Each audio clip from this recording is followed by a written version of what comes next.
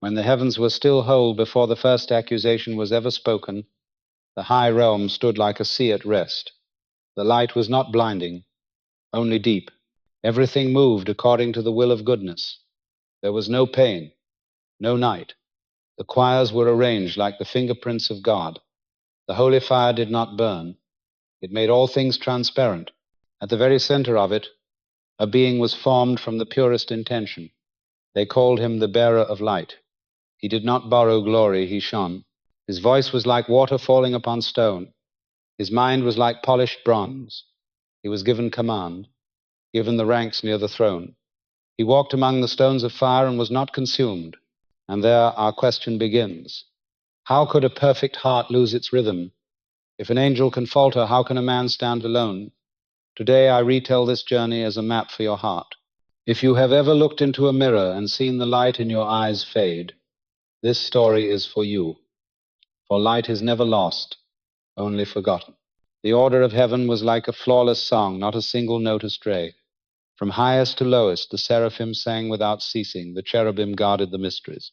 The only law was worship, but not worship born of fear. Worship as breath turned to joy. The bearer of light stood at the crossing between power and sacred music. Their glory is seen most clearly, and direction is easiest to lose. When you stand upon a mountain, the wind praises you loudly, and the heart mistakes the wind's voice for its own. Every tragedy begins this way. A thought, small as a grain of dust, slipped into the diamond. Why not me? Why not higher? Why must this light return to another source? A tiny question, but dust cannot stay within a diamond. Scripture summarized it in one line. You were perfect in your ways until iniquity was found in you. Those words are not only about an ancient angel, but about us today. When your work succeeds, when others step aside for you, when your hand opens many doors, you will relearn an old lesson. The light within you is a gift, not a source. Forget that, and your prayers lose their sound.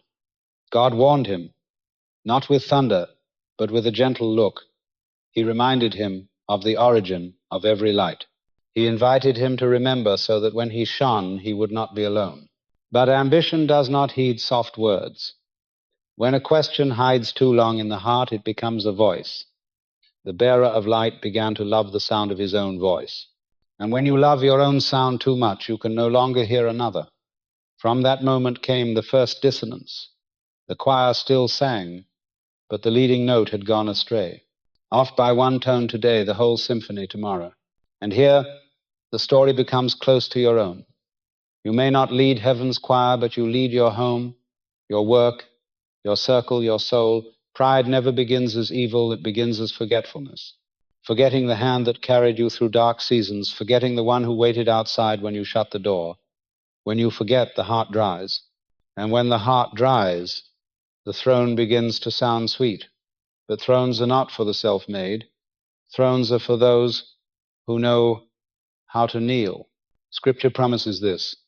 Blessed are the pure in heart, for they shall see God. Purity of heart does not mean spotless, it means not keeping the stain. Wash it daily by remembering the source. The practice for today is simple. In the morning, before you open your phone, open this prayer. Lord, the light in me comes from you. I return the glory to its true source. Grant me faithfulness in my part. At noon, when praised, whisper softly, I am only the keeper of the lamp. At night, when misunderstood, murmur, God sees me. Righteousness does not belong to the crowd. Do not seek a throne, seek a place to kneel. The climax of this opening is an old reminder, ever new. Light is not a possession. It is a current. When you hold it, it fades. When you give it, it blazes. The man in midlife in this noisy world needs a small ritual. Place your hand over your heart. Inhale slowly. Exhale slowly. Say softly, I return. The door opens. Peace enters like a song without words. In closing, this is an invitation.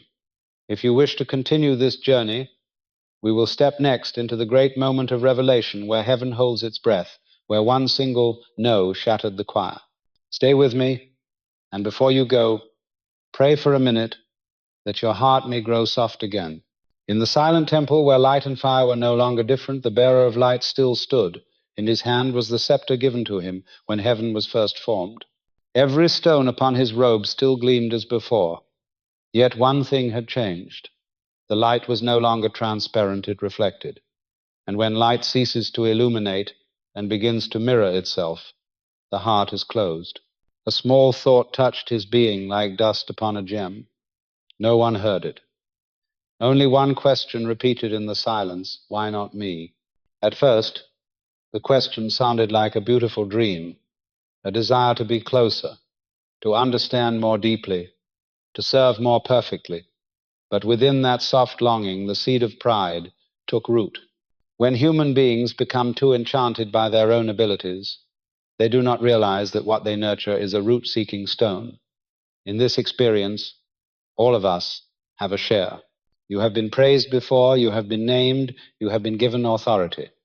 And at night, perhaps you too have asked, why are others remembered more than I? Why are my words not heard? These questions, seemingly harmless, are where sin learns to speak. God saw it all, yet did not judge at once. He drew near as a gentle wind, as the voice of a father calling his child. He said, "My son, the light within you is mine. Keep it, but do not call it your own." That was the first silence in the sanctuary of heaven. The bearer of light bowed, yet his heart was restless. He asked, "Father, is it wrong to desire understanding? You taught me to seek what is hidden. I only wish to know more deeply, to see the end of mystery. Is that wrong?" The question was sincere, but it had thorns. When humankind desires to know all things, they often forget that some things are meant only to be believed. God looked upon him with mercy. He said, "The desire to know is not wrong, but if you forget that love is the source of all, you will lose yourself in the brightness of your own light." Then he was silent. That silence was not anger. It was space for a soul to choose. The bearer of light turned away. In his heart, another echo rose. Does the Father not trust me? Does he fear that I will surpass him? When doubt of the Father is born, faith dies. From then on, he began to hear his own voice more than God's. When the choir sang, he stood apart, no longer leading the rhythm. When Gabriel greeted him, he only smiled. The light around him grew cold. It was the first time heaven knew distance. Between fire and fire, there can still be ice. One night, in that temple, he stood alone and looked toward the throne. The light from it struck his eyes like 1,000 spears, and a new sentence formed in his heart: "If I can light the heavens, why must I kneel?" That sentence began a war, not a battle of swords, but of pride against faith. Have you ever felt like him? When prayer becomes rare, when confidence turns into arrogance, when success makes you forget gratitude, you stand in the same place, half angel, half fallen. One crooked thought, and heaven becomes an abyss. Yet God does not abandon. He still comes as gentle light, as a whisper in the wind. Remember, you are the creation, not the source. That word is for you too.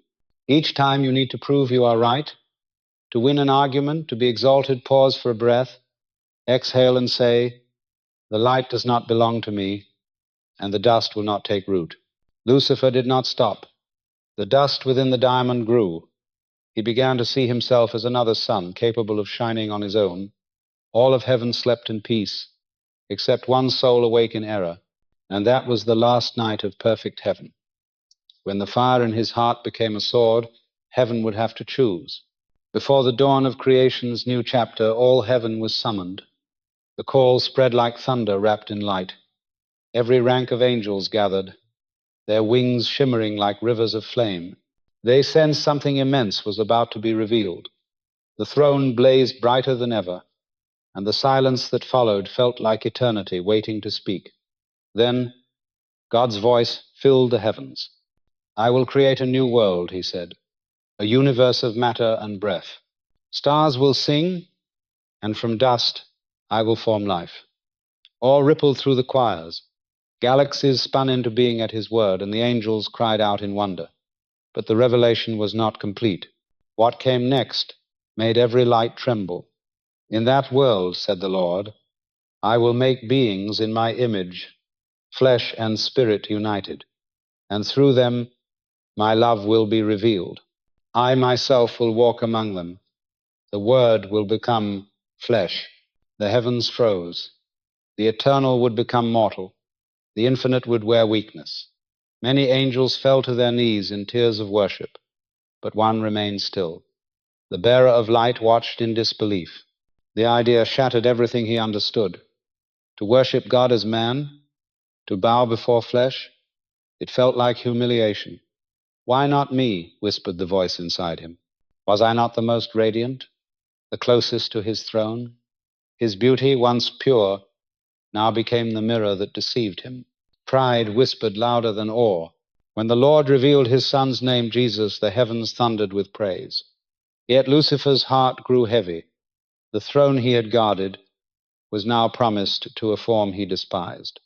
How can perfection hide in clay? He murmured. The thought slithered like smoke. Others began to feel its chill. Some angels turned their gaze toward him, drawn by the strange calm in his defiance. Then the moment came. All of heaven bowed. Every knee bent before the vision of God made flesh. Every voice sang except one. Lucifer stood. The air tightened. The music faltered. His voice broke the silence. No. One word, cold as iron, echoed through eternity. God looked upon him not with anger, but with sorrow, deeper than oceans. Lucifer's eyes burned with pride. Again he said it. No. That single refusal cracked heaven's harmony. The light trembled. The angels who loved him hesitated. Their loyalty split between wonder and admiration.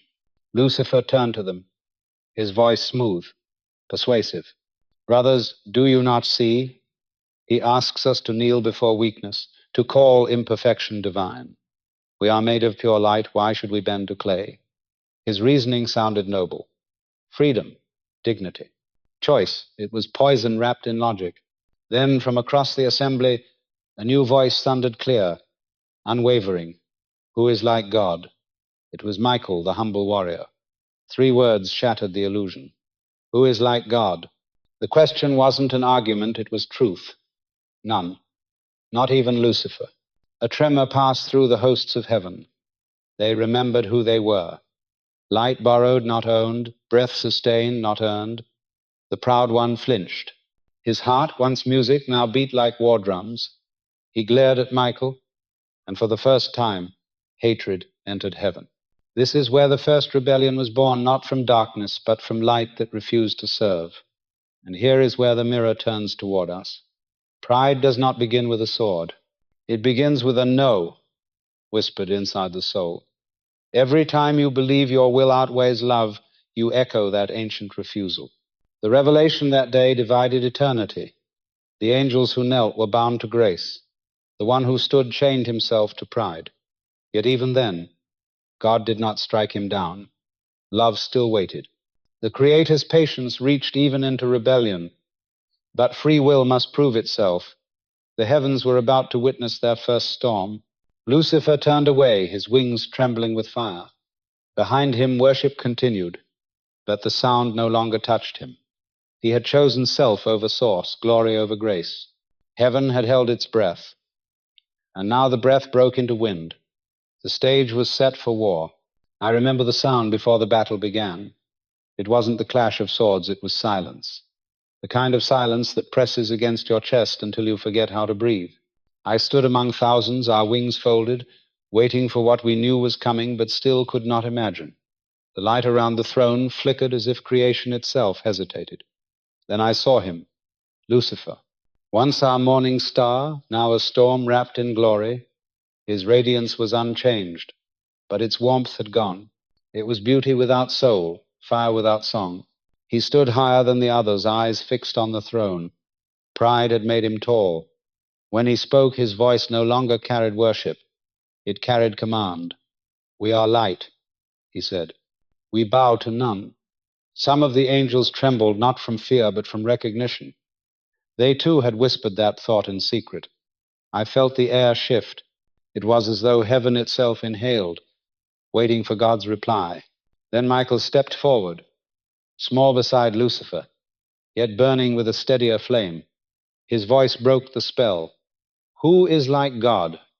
Just 3 words, but they carried all the power of truth. For a heartbeat, the light trembled between two notes, obedience and defiance. Then the sky tore. It was not thunder that split it, but choice. 1/3 of heaven turned toward Lucifer, their faces resolute, their wings shimmering with rebellion. The rest of us drew near Michael. We did not draw swords for hatred. We drew them for love, the kind of love that defends what is holy, even when the cost is everything. Lucifer raised his hand, and light surged from his palm like molten gold. It struck the mountains of flame, and the sound shook eternity. Michael answered, his sword cutting through the storm with the brightness of a new dawn. The armies collided, fire against fire, light against light. No darkness yet existed, but we could feel it being born. I remember striking at faces I had once sung beside. I remember tears that burned hotter than the weapons we held. For every swing, a song was silenced. For every victory, a friendship died. Yet through the chaos, I heard Michael cry, "The will of God is our strength," and I knew we would not fall. Lucifer's power was immense. His voice turned into waves of energy that twisted the heavens. He fought not with rage, but with certainty, believing his cause just. Each blow he cast was a hymn to himself. When he struck, stars dimmed. When he roared, the ground of heaven cracked. But Michael's resolve did not falter. He fought not as a conqueror, but as a servant, and that made all the difference. Then the throne blazed. From it came a radiance no eye could endure. We fell to our knees as divine light poured over the battlefield. The fight stopped. Even Lucifer froze. The brilliance pierced every corner of heaven, revealing what pride had hidden. Lucifer's beauty was hollow, his music empty, his fire counterfeit. I saw him collapse beneath the weight of truth. The light that had once crowned him now judged him. Michael stepped forward, his voice steady. "By the power of God, fall, Lucifer." The words rang like the final chord of creation. The rebel's wings folded inward. He reached out as if to grasp the throne one last time, but the light surged again. Then came the wind. It carried him away, not thrown, but expelled by the very harmony he had broken. 1/3 of the host followed, falling like meteors through the firmament. Their cries echoed like fading thunder. And then came silence again, the kind that does not end. Heaven stood wounded but whole. Where Lucifer had stood, only ash and memory remained. We wept, not from triumph, but from loss. For the first time, we knew what absence meant. That day, I learned what victory costs.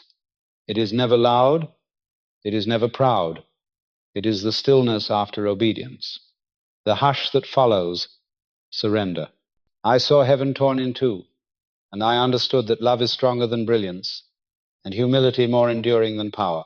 Since that day, every time I see pride rise in a soul, I remember his fall. And when I see someone kneel, not in defeat but in reverence, I see light return to heaven. The battle is not over. It never truly ends. It only moves from the skies into the hearts of men. When the storm ended, the sky was hollow. The light that once sang now wept in silence. The place where Lucifer had stood glimmered for a moment, then cracked open like glass. I saw him fall, his wings wrapped in flame, spiraling through eternity. His cry was not of pain, but of fury, a voice that wanted to unmake creation itself. The brilliance that had crowned him turned into fire that devoured him. The bearer of light had become the source of shadow. The fall seemed endless. Through the endless void he tumbled, dragging with him 1/3 of heaven's brightness. Stars dimmed in his wake. When he struck the bottomless deep, the sound rippled through all existence. What had been music became echo. What had been worship became curse. He rose within the darkness, wings scorched, eyes burning with something that was not light. And he spoke his first words as an exile. "If I cannot ascend to the throne, then I will destroy what he loves." That was his oath. It was not rebellion anymore, it was revenge. Around him gathered those who had fallen. Their beauty was twisted but not gone. They looked to him, still calling him by his ancient name, but he rejected it. "No longer Lucifer," he said. "That name belongs to the light. I am the adversary." Thus the name Satan was born, not as a title given, but as a curse chosen. The abyss quivered as he spread his blackened wings. His followers trembled, not in devotion, but in fear. For the first time they understood what separation felt like, the cold of being unseen by God. Time passed, though in that place time had no meaning. The fallen grew restless, wandering the endless caverns of their own hatred. And then, across the gulf of darkness, they saw something new, a world forming in the distance. Earth, a sphere of blue and green, lit by the same hand that had cast them out. Satan watched as mountains rose, seas divided, and life breathed for the first time. And in the center of that living world stood a garden, Eden. He hated its beauty because it reminded him of what he had lost. But more than beauty, he saw purpose. In that garden walked two beings unlike anything before, flesh and spirit, frail and radiant, crowned with the same freedom he had once abused. Humanity, God's new reflection. The thought burned him. If heaven had been closed to him, perhaps this new world could be corrupted. He whispered to his legions, "We will not storm heaven. We will wound it from below." He watched the man and woman with the fascination of a predator studying prey. He saw their innocence as weakness, but he also saw their freedom. God had given them choice, the same gift that had condemned him. And so the old strategy returned. Doubt. All he needed was a whisper, not a roar, not a threat, just a seed. Taking form within the serpent, he moved with patience, his voice as soft as the wind. Has God truly said, "You shall not eat of any tree"? The question was simple, but it opened the gate. Eve looked at him, curious, unafraid. She answered with truth, but he turned it with ease. "You will not die. God knows that when you eat, your eyes will be opened, and you will be like him." The same promise that had burned his own heart now passed into hers. When the fruit was taken, the sound that followed was not thunder, but a sigh from heaven. The harmony that had once broken above now echoed below. I imagined Satan watching, smiling without joy, knowing he had succeeded. Humanity had fallen, not by violence, but by imitation. The same desire that had cast him out now chained them to dust. From that moment, the world changed. The light dimmed. Work became toil. Love turned to longing, and the adversary claimed victory. But even in his triumph, something stirred that he did not expect. God's voice called through the ruin, not in wrath, but in sorrow. "Where are you?" The question pierced the garden, the same question that once had sought Lucifer in his pride.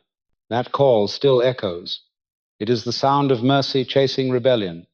Satan heard it and shuddered. He knew the war was not over. For though he had drawn humanity into shadow, he could not extinguish the source of light. It would return. And when it did, it would not come as fire from heaven, but as flesh. The very form he refused to worship would become his undoing. So he swore again, deeper than the first oath. "Then I will wait. I will corrupt their hearts, twist their faith, and when the Son appears, I will break him."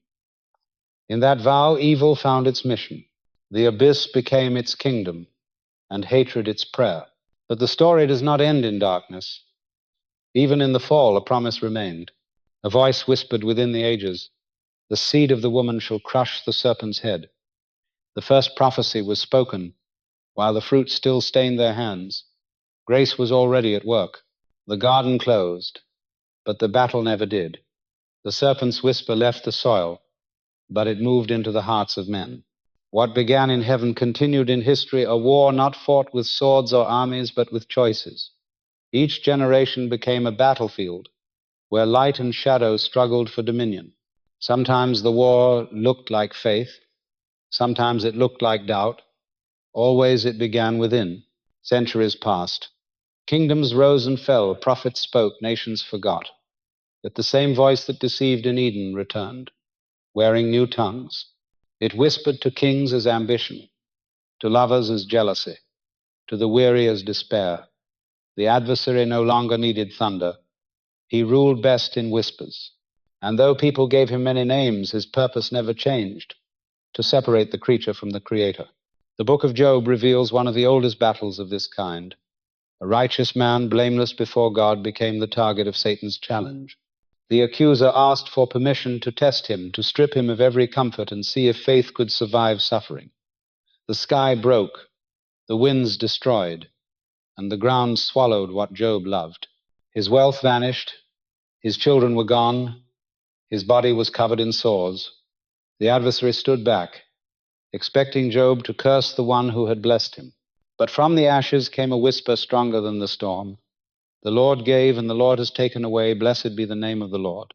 That sentence defeated more demons than any sword, because faith is never proven by comfort. It is revealed by pain. Job's endurance became a light the darkness could not swallow, yet the war did not end there. It only changed its form. After Job came the kings, the empires, the proud and the broken.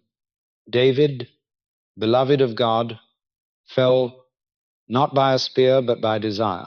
Solomon, the wisest of men, lost himself not to ignorance but to excess.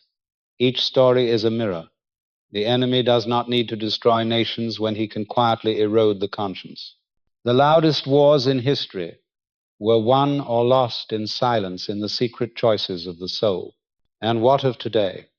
The same battle continues, hidden beneath screens, traffic, and noise. The serpent does not crawl now, he scrolls. He does not promise forbidden fruit. He promises endless distraction. The new Eden is digital, and its trees bear pixels instead of fruit. Each click can still whisper the same lie. You can be your own God.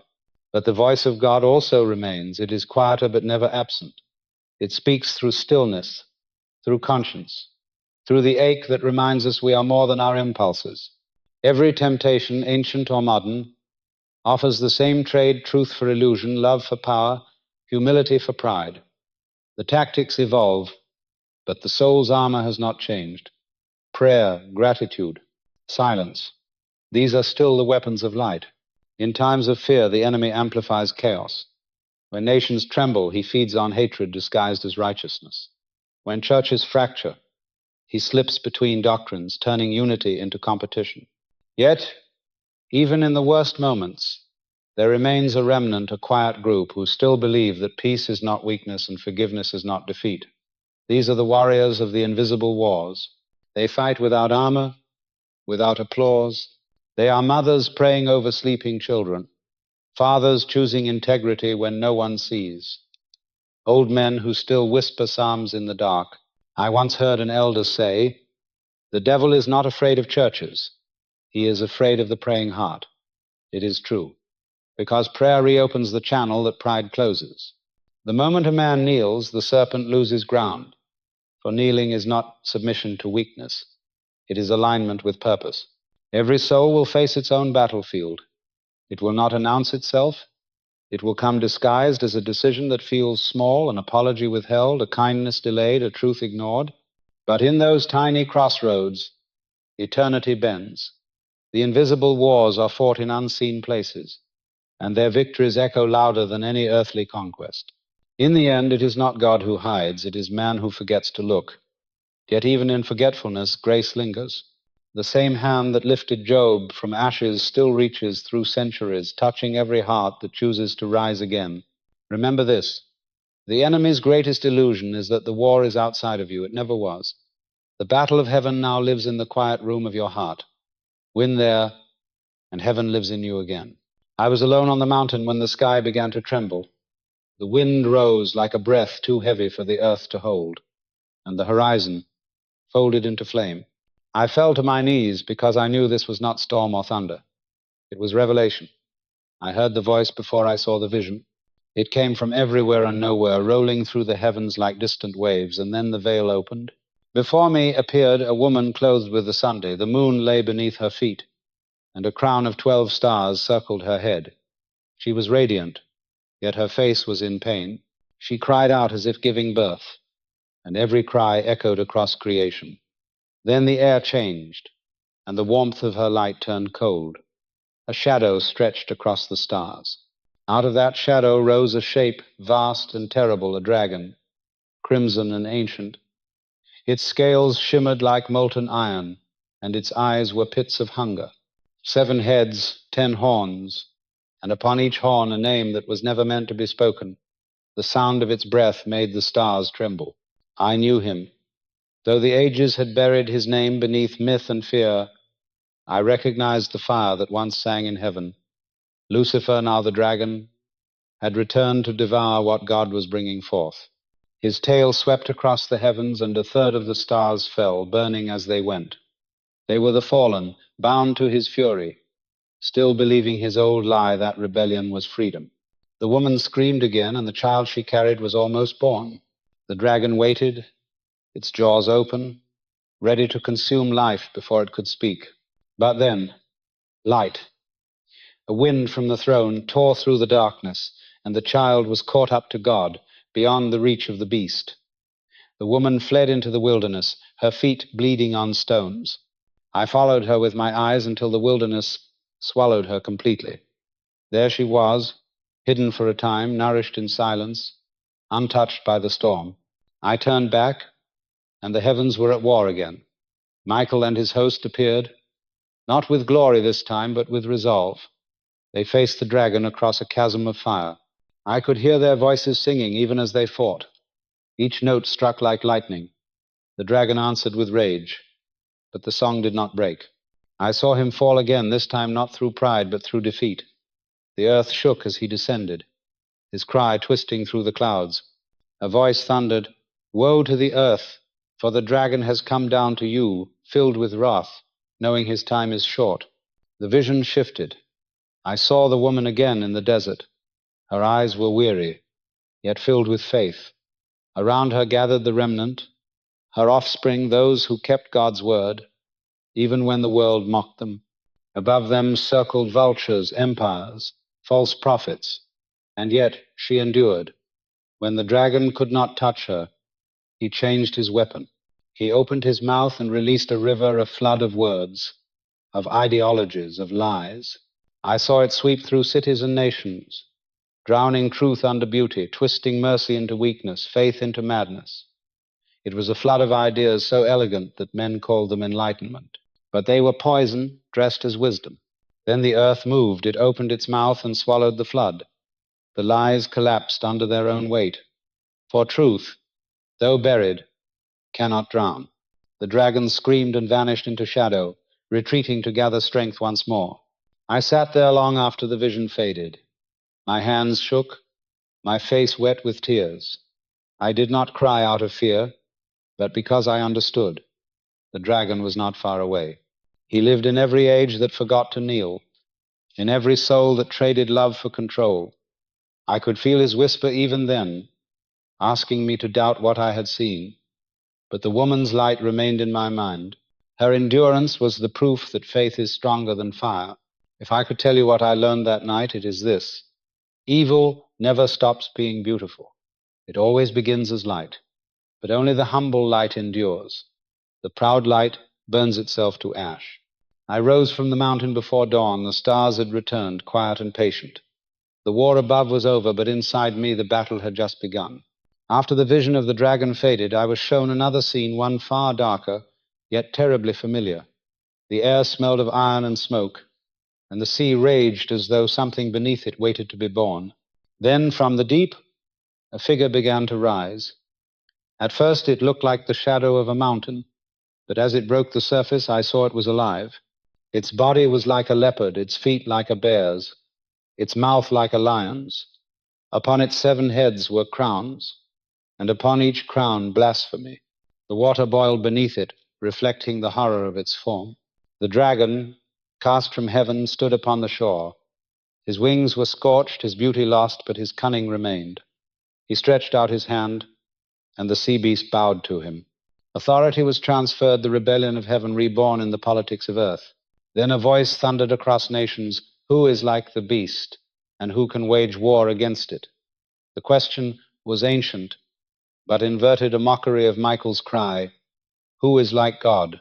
Now the world had its counterfeit divinity, and the dragon's plan was complete. The beast spoke great words, promising peace and progress, but its heart was venom. It ruled through admiration, not fear. Men adored it because it offered what they craved most: control. It did not demand worship outright. It earned it slowly, through miracles of power, wealth, and technology. People bowed without realizing they were kneeling. Every empire that ever rose, every tyranny disguised as hope, carried this mark within its bones. I saw cities glitter like jewels and hearts grow hollow as mirrors. Then the vision changed again. From the earth emerged another beast. This one was gentler in appearance, with horns like a lamb. It spoke softly, like a priest. But when it opened its mouth, the same voice as the dragon came forth. It performed wonders. Fire fell from heaven, and the world marveled. It preached about unity, love, and progress, but every word was a thread in a snare. Worship the image of the beast, it said, and the image came alive. The whole world watched as stone breathed, as metal spoke. They called it divine. They called it inevitable. They forgot to call it false. And then came the mark. I saw the nations gathered, their banners different, but their allegiance the same. The mark was offered not as punishment, but as privilege. Take it, the voice said, and you will belong. Refuse it, and you will be forgotten. The mark glowed faintly on the right hand, and on the forehead the symbols of action and thought. To wear it was to surrender both. Those who bore it could buy, sell, and live in comfort. Those who refused became ghosts in their own land. It was not just a symbol. It was a covenant, the same ancient pact of pride disguised as progress. Men thought they were becoming gods. They were only repeating Lucifer's vow. And still, there were some who resisted. I saw them poor, hunted, wandering, but luminous. They had no mark but faith, no wealth but trust. They gathered in secret, whispering prayers that cut through the noise of the world. They were the remnant, the same light that had fled into the wilderness with the woman.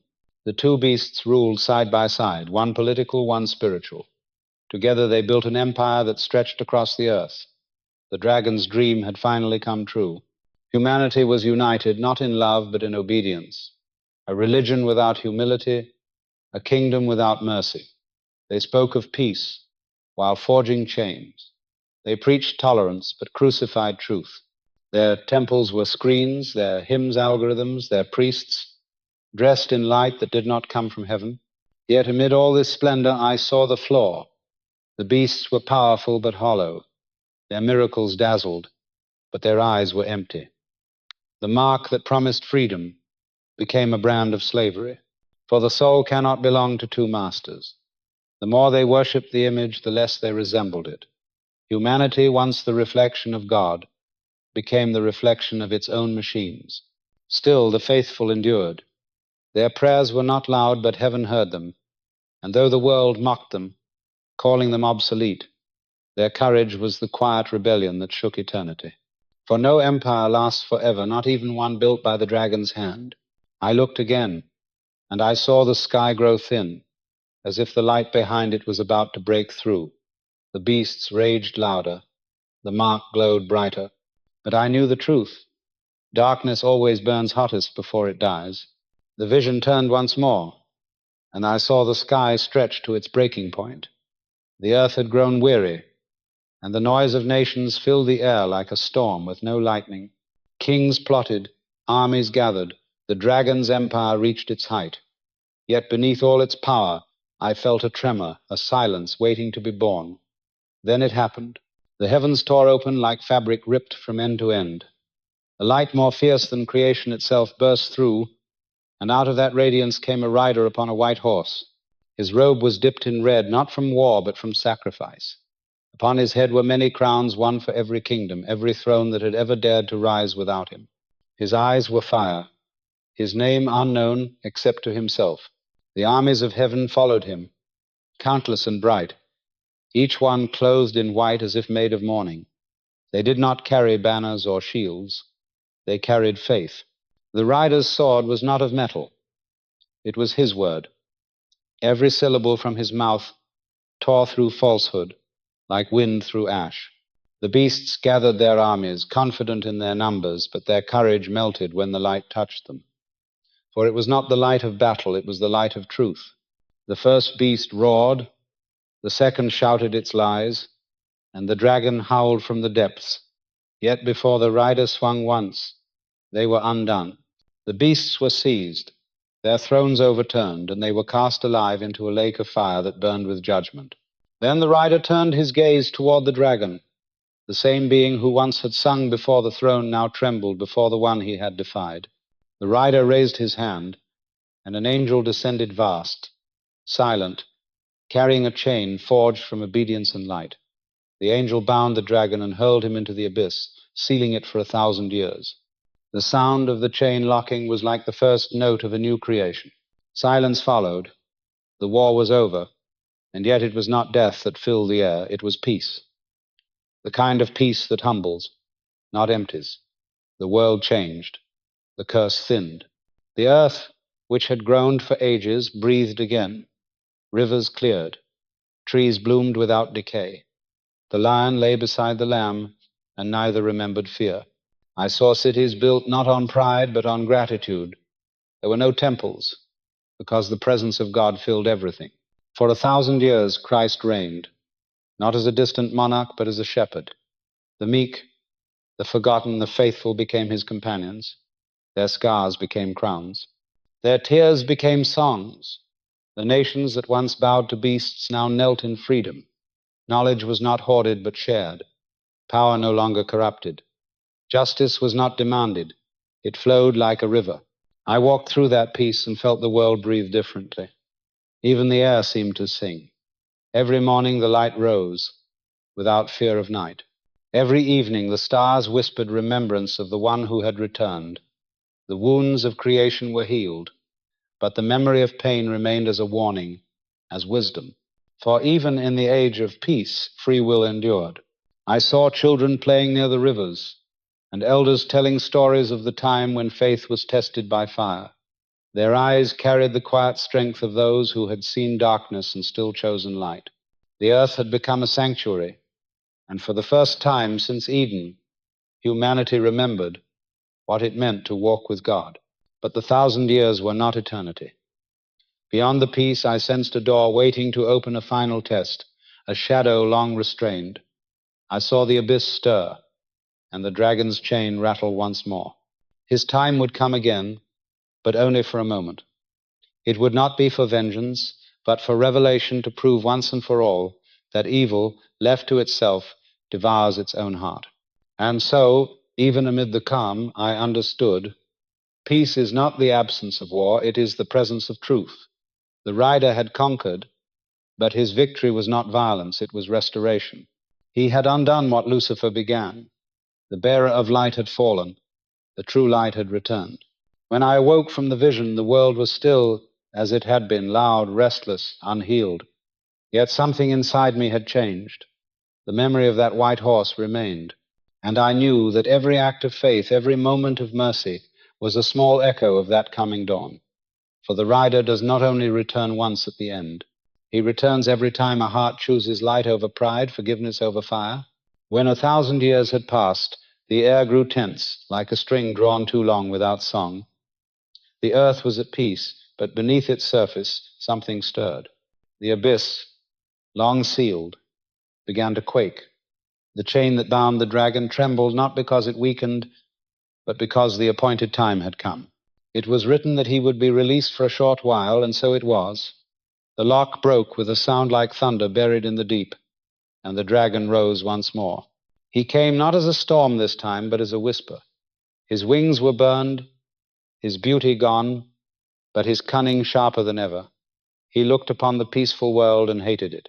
He hated the laughter of children, the quiet prayers of the faithful, the way the rivers mirrored the light.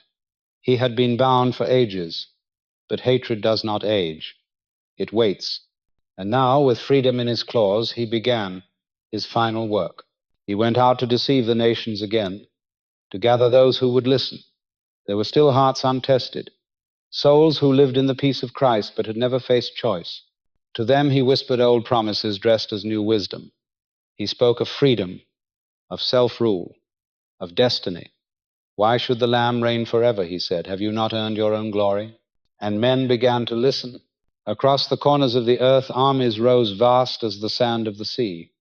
Gog and Magog, the ancient symbols of defiance, returned in flesh and fury. They marched toward the beloved city, the place of light. I saw their banners glowing red in the dusk. The faithful within the city did not prepare weapons, they prepared prayers. The children watched from the walls, their faces calm, for they had been taught that fear ends where faith begins. The armies surrounded the city. The dragon hovered above them, his eyes reflecting every flame of their hatred. For a moment, all of creation held its breath again. Then, without warning, the heavens opened. Fire descended, not wild, not chaotic, but perfect. It fell in silence, pure as judgment, and in that silence the war ended before it began. The fire did not rage outward. It went inward, piercing to the core of evil itself. The armies vanished like shadows at dawn. The dragon screamed as the light engulfed him. But this time there was no fall, only finality. He was cast into the lake of fire where the beast and the false prophet already were. It was not merely punishment. It was truth made absolute. The deceiver had reached the end of his own lie. I saw the lake blaze, not with chaos, but with justice. It was the purging of every wound, every corruption, every echo of pride that had ever darkened creation. And when it was done, the universe sighed like a body healed. The old heaven and the old earth passed away, and a new one appeared clear, vast, unbroken. I saw a city descending from above, radiant as a bride. Its walls were light, its gates never closed. There was no temple within it, because the presence of God filled all things. There was no night there, for the Lord himself was the lamp. The river of life flowed through its streets, and on its banks grew trees that bore fruit in every season. The nations walked by its light, and the wounds of history were forgotten. Kings laid down their crowns, not in defeat, but in gratitude. Every tear wiped away, every question answered by love. And then I saw the throne. From it came a voice not like thunder this time, but like the sound of running water, gentle and endless. Behold, it said, I make all things new. I fell on my face and wept, because those words were the end of all prophecy and the beginning of all truth. The war was over, and yet it was not war that ended it, it was surrender. I thought of Lucifer then, the angel who had once walked among the stones of fire. I thought of the pride that had made him forget where light comes from, and I understood. Every story, every fall, every redemption leads to this single revelation. Love cannot be overthrown. The universe does not stand because of power. It endures because of mercy. As I looked into the endless dawn, I heard music again, the same song that began before the first rebellion, now restored, purer than before. And I knew the light was never lost, only forgotten. Now it had returned to its source, forever.